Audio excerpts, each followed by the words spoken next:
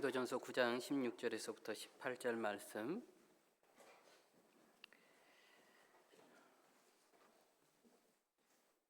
교독하겠습니다. 내가 복음을 전할지라도 자랑할 것이 없음은 내가 부득불할 일임이라. 만일 복음을 전하지 아니하면 내게 화가 있을 것이로다. 내가 내 자의로 이것을 행하면 상을 얻으려니와 내가 자의로 아니한다 할지라도 나는 사명을 받았노라. 함께 읽겠습니다. 그런즉 내 상이 무엇이냐? 내가 복음을 전할 때에 값없이 전하고 복음으로 말미암아 내게 있는 권리를 다 쓰지 아니하는 이것이로다. 아멘. 민물장어의 꿈이라는 노래가 있습니다. 그 가사의 내용을 살펴보면 성공하기 위해서 함께 다들 모이고 또 어린이 되어가면서 사회와 타협하고 경쟁해 가는데, 경쟁하면 경쟁할수록 사회 속에서 성공하려고 하면 할수록 더욱더 외로워지고 지쳐가더라라는 내용입니다. 그래서 어른이 될수록 느는 것은 욕심과 게으름뿐이더라 라고 가사에서는 말하고 있습니다. 이 자리에 앉아 계시는 여러분의 꿈은 무엇이었습니까? 아마 꿈을 이루고자 하시는 분들도 계실 것이고 그 꿈을 이루신 성도님들도 계실 겁니다.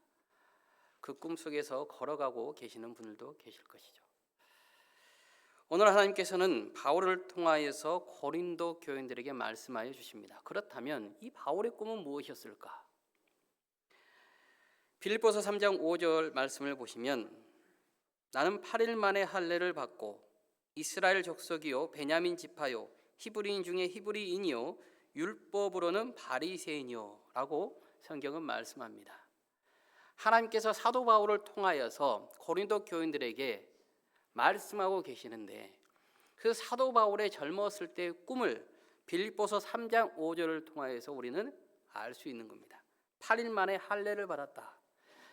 사도 바울은 날 때부터 유대인들 사이 속에서는 대단히 금수저를 물고 나온 사람입니다.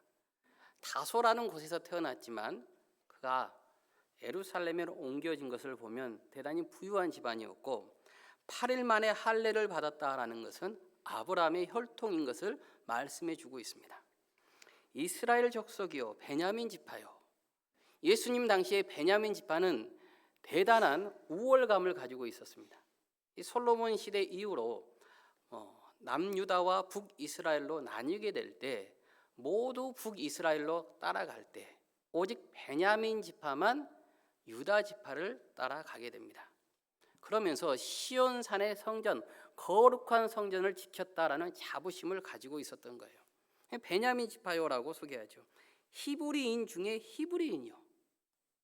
완벽한 히브리인이다. 자신은 아브라함의 혈통으로서 그 누구에게도 부족함이 없는 지파의 사람이고 완벽한 히브리인이다라고 말하면서 율법으로는 흠이 없는 바리새인이다라고 자신을 소개하고 있습니다.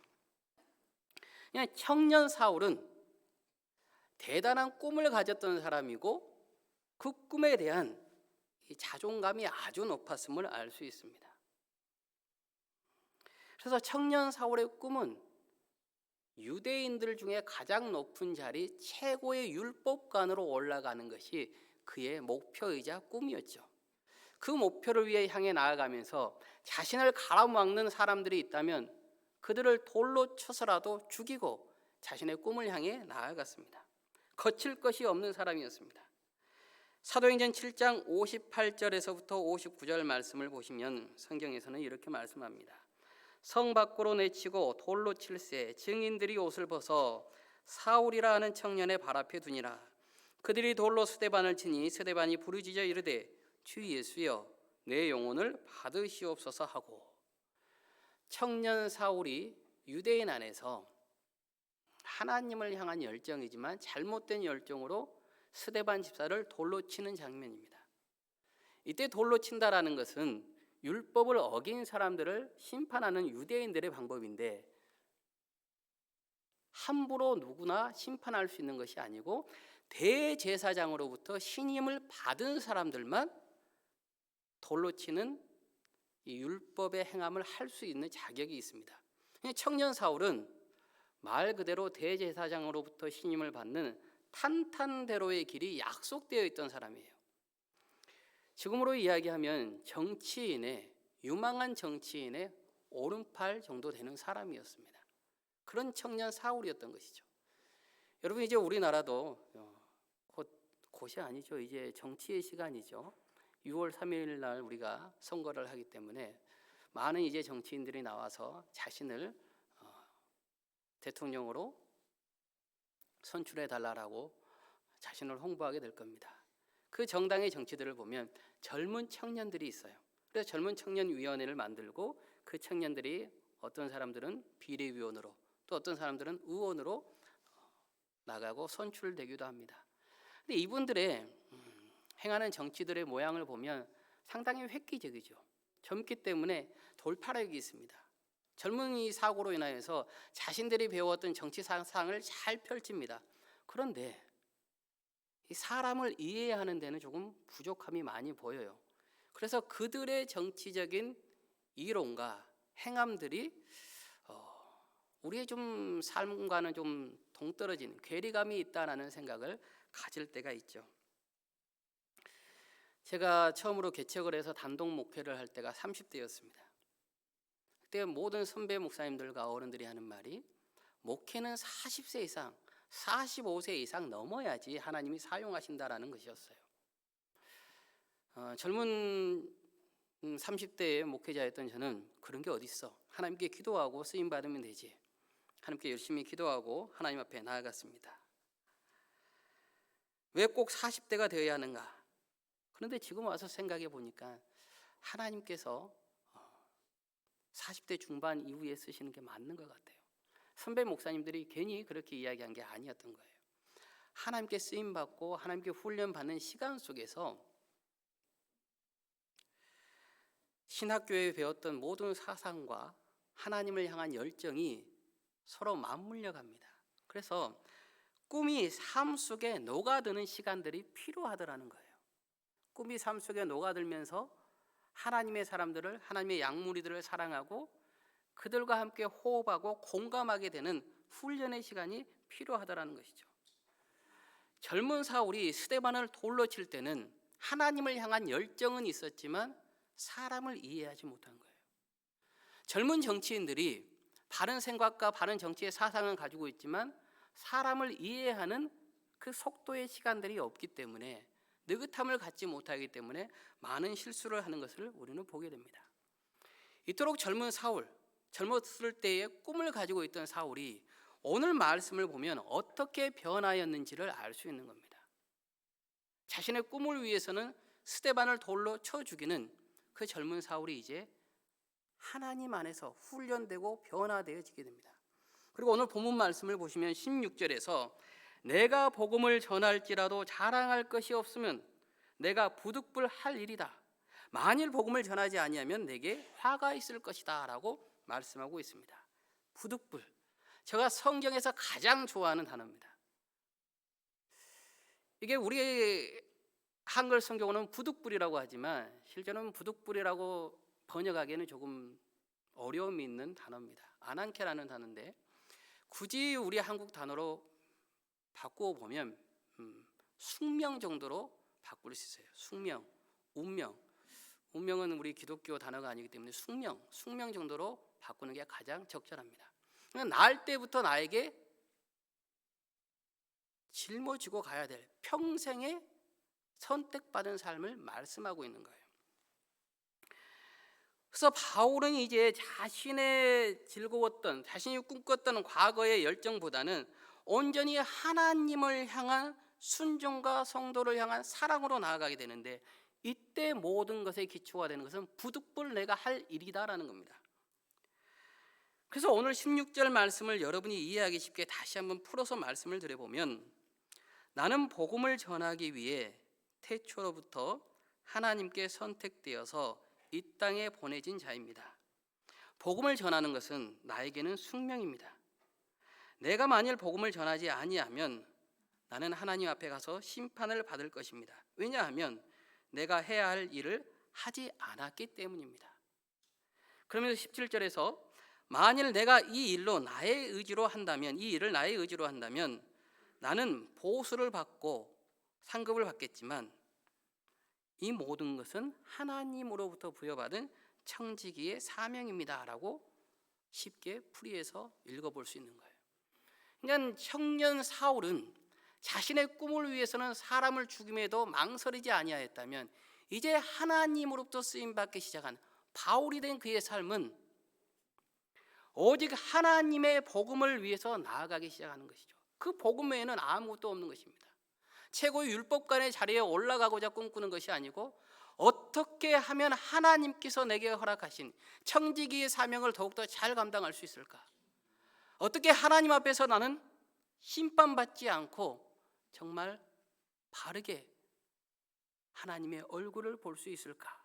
그의 모든 바울의 사고 속에 전반적으로 펼쳐져 있는 그의 사명이었습니다.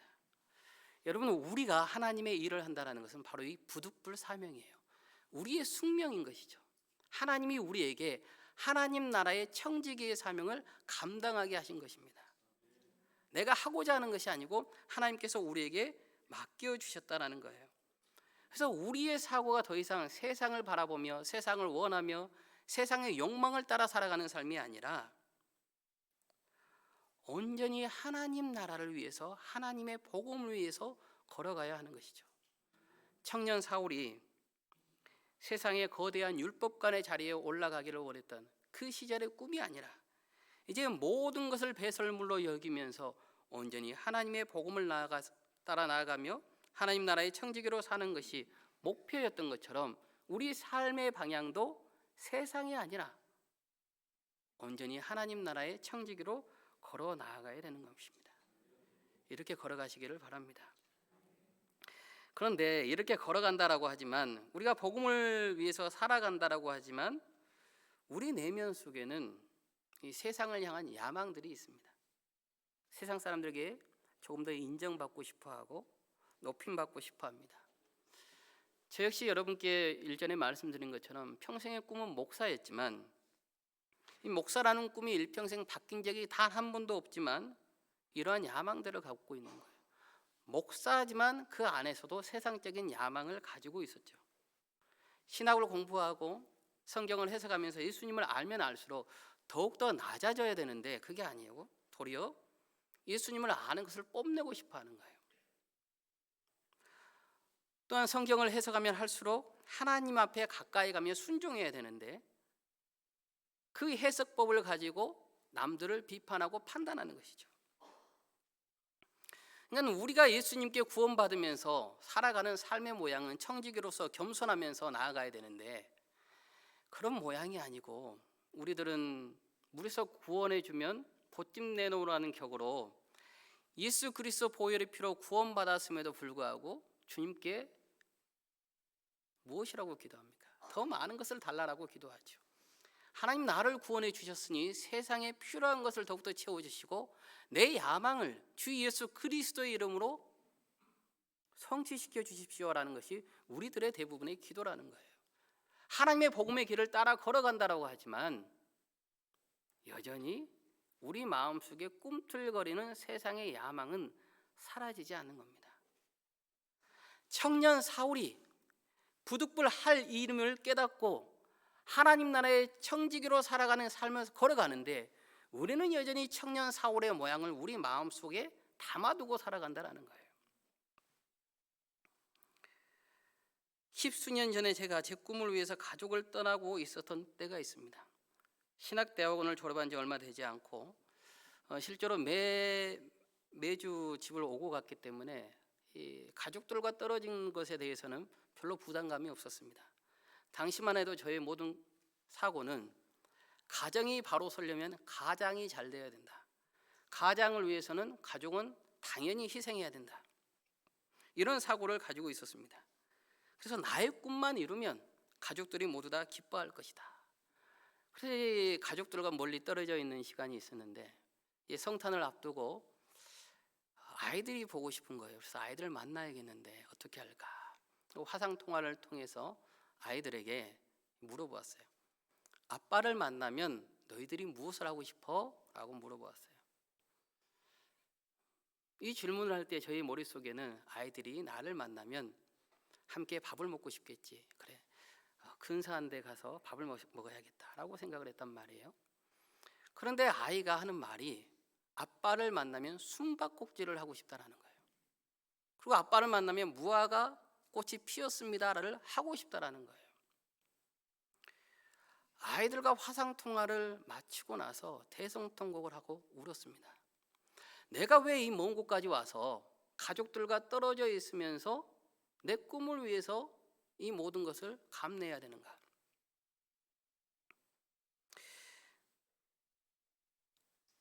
내가 바라는 것은 거대한 야망인데 아이들도 이 야망을 아빠가 실현해주고 그 타이틀을 물려받기를 원하는 줄 알았는데 아이들이 원하는 것은 이러한 것이 아니라 아주 잔잔한 너무 평범한 일상이었던 것이죠. 아빠와 함께 숨바꼭질하고 아빠와 함께 무궁화 꽃이 피었습니다를 하는 너무나 평범한 것이었습니다.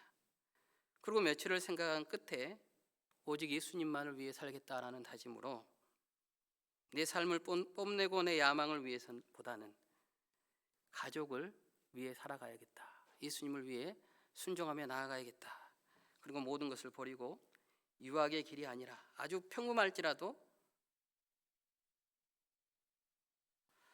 아주 보잘것없을지라도 신실한 주의 종의 길을 걸어가야겠다라고 다시 가정의 품에 돌아오게 되었습니다. 여러분들의 꿈은 무엇입니까? 여러분들은 어떤 거대한 꿈을 꾸고 계십니까? 여러분들은 무엇이 되고자 하십니까? 여러분은 저와 함께 이제 우리 교회를 섬기면서 무엇을 꿈꾸고 기도하고 계십니까? 불기둥과 구름기둥을 꿈꾸면서 걸어가시기를 원하십니까? 아니면 하나님께서 모세와 함께 하신 것처럼 만나와 메추라기 때로 여러분을 배불리 먹여주시기를 원하십니까? 제가 여러분과 함께 걸어가고자 하는 그 길은 그 내일은 불기둥과 구름기둥은 없을지라도 남들이 볼 때 결코 화려하지 않을지라도 그 안에서 웃음이 피어나고 사랑으로 인하여서 함께 존중하는 그런 평범한 내일입니다. 어떤 한 명의 야망을 위해서 모두가 희생하는 것이 아니라 서로가 서로 안에서 존중하고 사랑을 꽃피우며 정말 주님께서 원하시는 대단히 평범한 제자의 길을 걸어가기를 원하는 것이 저의 기도의 제목이고 여러분과 함께 걸어가고자 하는 내일의 평범한 일상입니다. 물론 그 길을 걸어가다 보면 때로는 다툼도 있겠죠. 그럴 때마다 잊지 말아야 할 것은 서로 존중해야 됩니다. 서로의 의견이 다를 수 있지만 서로를 존중하는 것을 잃어버린다면 그 가정은 바로 설 수 없는 것처럼 공동체도 마찬가지입니다. 서로의 의견이 다를 수는 있지만 서로 존중해야 되고 주의 종의 의견을 따라서 함께 걸어갈 수 있어야 됩니다. 잘못하는 이가 있겠지만 그 잘못을 감쌀 수 있는 관용과 포용이 있기를 바랍니다.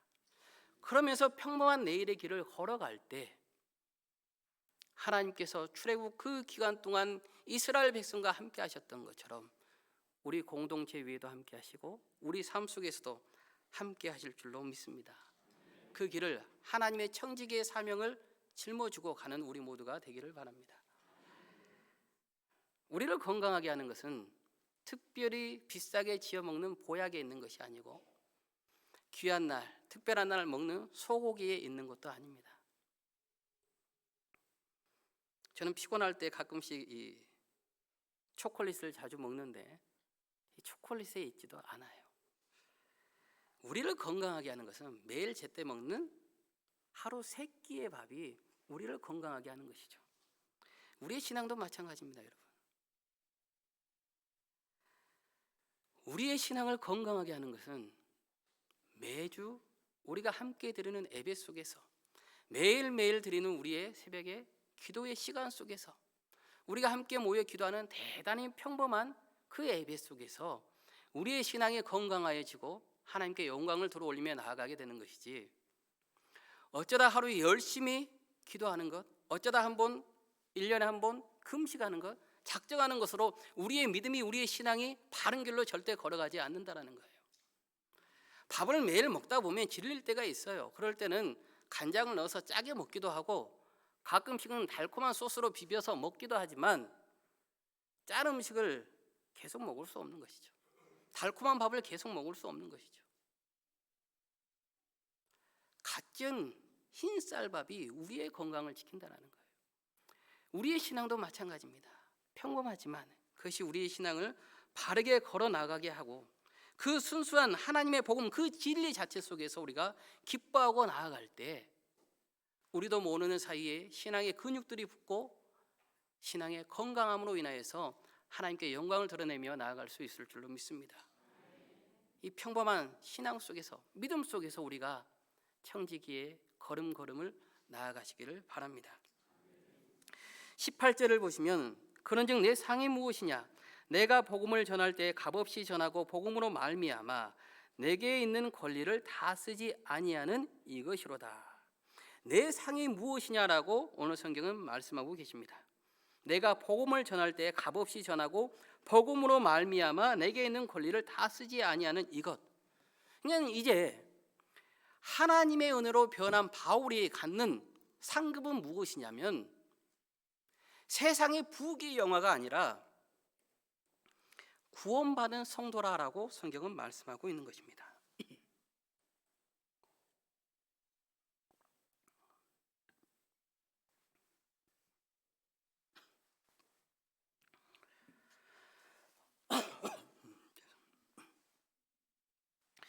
18절 우리가 다시 한번 읽겠습니다. 제가 목이 막혀서 18절 우리가 함께 한 목소리로 읽도록 하겠습니다. 그런즉 내 상이 무엇이냐? 내가 복음을 전할 때 값없이 전하고 복음으로 말미암아 내게 있는 권리를 다 쓰지 아니하는 이것이로다. 아멘. 아멘. 바울의 삶을 보면 그의 전부는 예수 그리스도였습니다. 그가 예수님의 복음을, 하나님의 복음을 전하면서 어떤 대가를 받는 것이 아니고 한 명 한 명의 영혼이 주님 앞에 돌아오면 그것으로 자신은 모든 상을 받았다라는 거예요. 그래서 바울이 말하는 것은 하나님의 심판대 앞에 올라갈 때 하나님께서 바울에게 너가 무엇을 하였니? 너가 청지기의 사명으로서 무엇을 하였니라고 말할 때 자신이 복음을 전하여서 하나님 앞으로 돌아온 구원받은 성도들이 한 명 한 명 변호인으로 서서 자신을 위해서 대변해 준다라는 거예요. 여러분, 우리가 하나님 앞에 나아갔을 때 하나님께서 우리에게 물어볼 겁니다. 너가 부득불 할 일을 너에게 받았는데 너희가 청지기의 사명으로서 무엇을 하였니? 그럴 때 우리의 입으로 하는 것이 아니고 우리가 복음을 전하며 전도한 그 영혼들이 우리를 위해서 대변해 준다는 거예요. 이것이 바로 우리의 상급이라는 것입니다. 그래서 이 땅에서 사람들 앞에 VIP가 되는 것이 아니라 진실로 하나님 앞에서 VIP가 되고 하나님 앞에서 자신이 구원받은 그 영혼들이 우리의 삶을 대변해 준다는 것이 바로 오늘 18절의 말씀입니다. 그래서 바울은 이제 더 이상 세상의 큰 권력을 원하지 않습니다. 세상의 화려함이나 자랑거리가 아니라 자신이 전한 복음으로 인하여서, 하나님의 복음으로 인하여서 구원받은 그 사람들을 자랑하기 시작합니다. 여러분, 우리가 청지기의 사명을 가지고 나아가면서 우리가 전도하는 그 전도자들을 우리의 자랑거리로 삼을 수 있기를 바랍니다. 하나님, 내가 이 사람을 전도하였습니다. 하나님, 나의 자랑거리가 세상의 집이 아니고 세상의 차가 아니고 내가 구원한 이 성도입니다. 한 명 한 명의 내 구원을 받은 성도들이, 이 생명들이 나의 자랑거리입니다라고 주님 앞에 당당하게 말할 수 있는 우리 모두가 되기를 바랍니다. 그래서 복음 외에는 우리가 자랑할 것이 없는 그 귀한 삶을 살아가기를 원해요. 며칠 전에 우리는 전 세계적으로 코로나라는 일생일대의 전염병을 경험하였습니다. 처음 코로나를 시작할 때만 해도 금방 끝날 것처럼 이야기해서 1년이 채 안 돼서 끝나겠다라고 생각했지만 점차 우리의 생활 영역이 좁아졌죠. 이렇게 예배 드리는 것도 편하지 않아서 다 마스크를 써야 했었고, 국가에서는 예배를 드릴 때 공문을 보내면서 검사를 하게 했습니다. 사랑하는 사람들과의 식사 자리도 함께 나누지 못했고, 또 혹여나 누가 기침을 한다면 저 사람 때문에 내 건강이 피해를 가는 게 아닐까라고 그 사람들을 의심하고 멀리하기 시작했어요.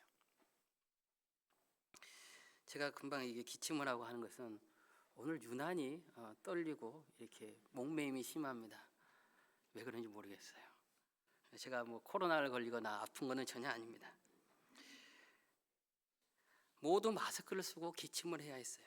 그래서 코로나를 통해서 우리가 얻은 은혜 중에 하나는 일상의 평범함이 얼마나 소중한 것인지를 깨닫게 되었죠.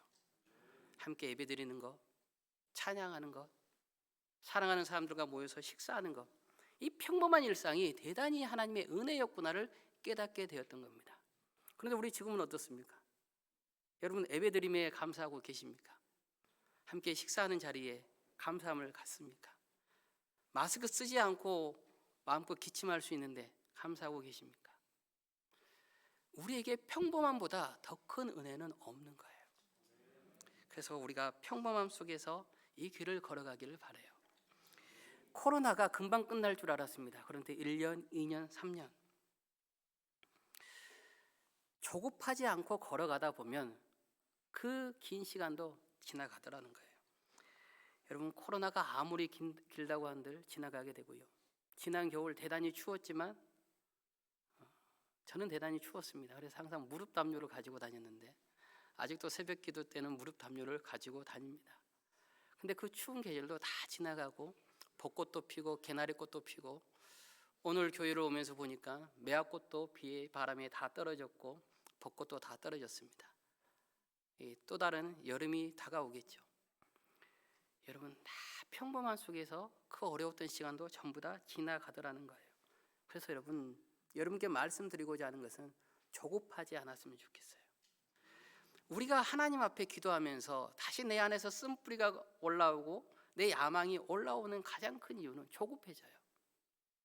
내가 하나님의 복음을 위해 살아가겠습니다. 하나님께 청지기로서의 사명을 잘 감당하겠습니다라고 기도하고 나가지만 세상 속에서는 어떠한 일도 해결되지 않은 것처럼 느껴진다고요. 그러다 보면 다시 조급해지고 세상 사람들과 경쟁하게 되고 그 안에서 내 야망이 꿈틀거리면서 청년 사울처럼 내 야망을 위해서는 그 누구도 주저하지 않고 죽이게 되는 것이죠. 덕천가강이라는 대망이라는 소설을 보면 이렇습니다. 세상 일이 마음대로 되지 않는다는 것을 알면 꼭 급할 필요는 없다. 인간의 일생은 무거운 짐을 지고 가는 것과 같다. 이것만 깨닫는다면 삶에 불만을 가질 필요가 없다. 제가 아주 좋아하는 글귀 중에 하나입니다. 덕천가강.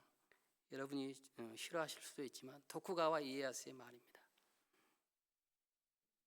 도요토미 히데요시는 꾀꼬리가 울지 않으면 그를 울게 만들라고 말을 하고 오다 노부나가는 울지 않는 새는 죽이라고 말합니다. 그러나 도쿠가와 이에야스는 그 새가 울 때까지 기다리라고 말합니다. 우리의 조급함으로 인하여서 우리의 신앙이 변질되지 않기를 바랍니다.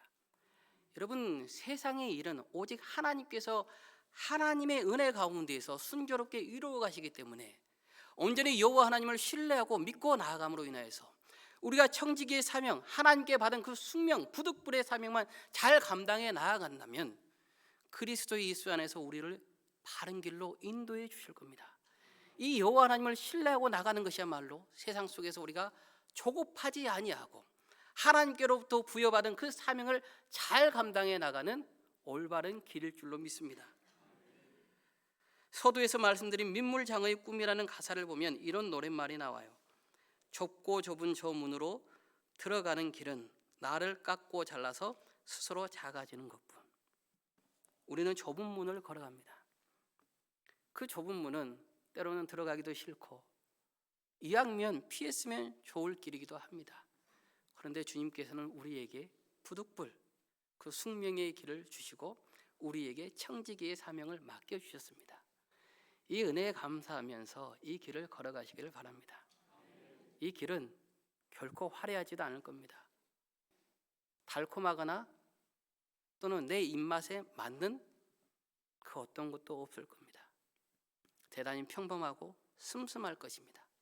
하지만 도리어 그 슴슴함이, 그 평범함이 우리의 믿음을 바른 길로 인도해 줄 것이고, 그 슴슴함 속에서, 그 평범함 속에서 우리의 믿음이 바른 건강으로 하나님 앞에 나아갈 수 있을 줄로 믿습니다. 그래서 우리가 진실로 청지기의 사명 가운데에서 구원받은 성도를 보며 기뻐하며 그 안에서 함께 웃으며 또 함께 울며 서로 이 귀한 길을 존중하며 걸어가시기를 주님의 이름으로 축복하고 기도하겠습니다. 우리 함께 자리에 일어나셔서 찬송가 260